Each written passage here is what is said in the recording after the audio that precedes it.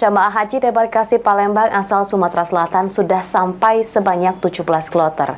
Diperkirakan 2 kloter haji terakhir asal Sumatera Selatan akan tiba di tanah air pada tanggal 14 dan 15 Juli mendatang.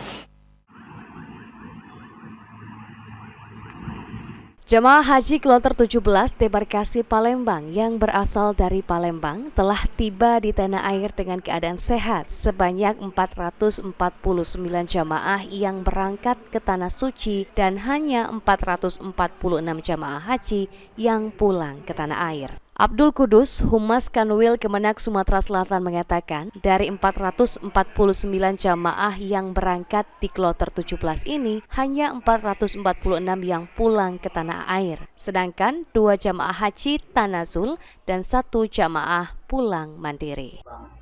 Dan jamaah kloter 17 ini waktu berangkat ke Tanah Suci itu berjumlah 449 orang dan hari ini akan tiba ini 446 orang. 2 orang itu sudah pulang lebih awal bersama dengan kloter 8, begitu juga dengan 1 orang lagi itu jamaah tersebut pulang mandiri ke Qatar.